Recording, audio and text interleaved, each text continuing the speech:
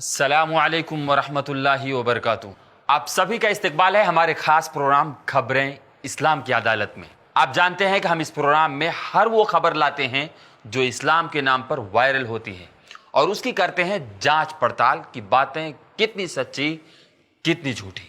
اسی بات کو مد نظر رکھتے ہوئے آج ہم لے کر کے آئے ہیں اسلام کی عدالت میں، وہ ہے ماہ سفر میں شادی کرنا۔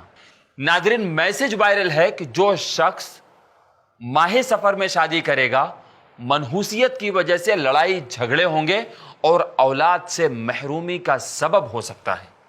آئیے اس کو لے چلتے ہیں اسلام کی عدالت میں اور کرتے ہیں اس کی جانچ پڑتال۔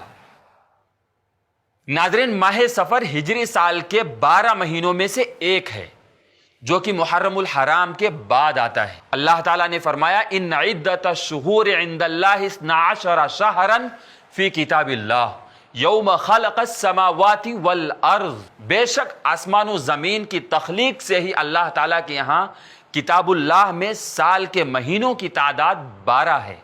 مسلمانوں میں سے کچھ لوگ سفر کے مہینے کو منحوس سمجھتے ہیں۔ اس مہینے میں بہت سے لوگ شادی کرنے کو نحوست سمجھتے ہیں۔ لوگ اس مہینے سے بدشگونی لیتے ہیں اور اس کو خیر و برکت سے خالی سمجھا جاتا ہے۔ اس میں کسی کام مثلاً کاروبار وغیرہ کی ابتدا نہیں کیا جاتا، شادی نہیں کرتے، لڑکیوں کی رخصتی نہیں کرتے۔ اس قسم کے اور بھی کئی کام ہیں جنہیں کرنے سے پرہیز کرتے ہیں۔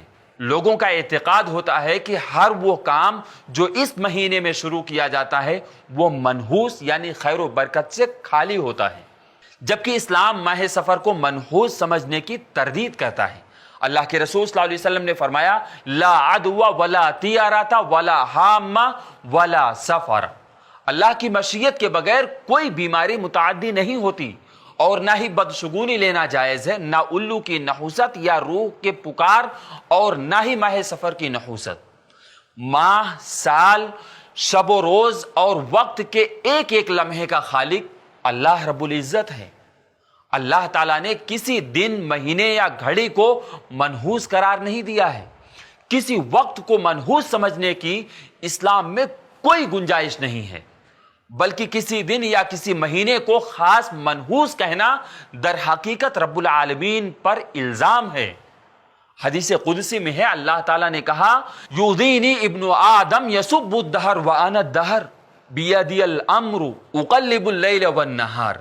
اللہ تعالیٰ نے فرمایا کہ آدم کے بیٹا مجھے تکلیف دیتا ہے، وہ وقت، دن، مہینے یا سال کو گالی دیتا ہے، حالانکہ وقت، زمانہ میں ہوں، بادشاہت میرے ہاتھ میں ہے اور میں ہی دن اور رات کو بدلتا ہوں۔ ایک دوسری جگہ پر اللہ کے رسول صلی اللہ علیہ وسلم نے فرمایا الطیرۃ شرکن، الطیرۃ شرکن، کسی چیز کو منحوس خیال کرنا شرک ہے۔ ناظرین، واضح بات یہ ہے کہ ماہ سفر کوئی نحوست والا مہینہ نہیں ہے، اور رہی بات اولاد ہونے یا نہ ہونے کی تو یہ اللہ رب العالمین پر ہے، جسے چاہے اولاد سے نوازتا ہے اور جسے چاہتا ہے اولاد سے محروم رکھتا ہے۔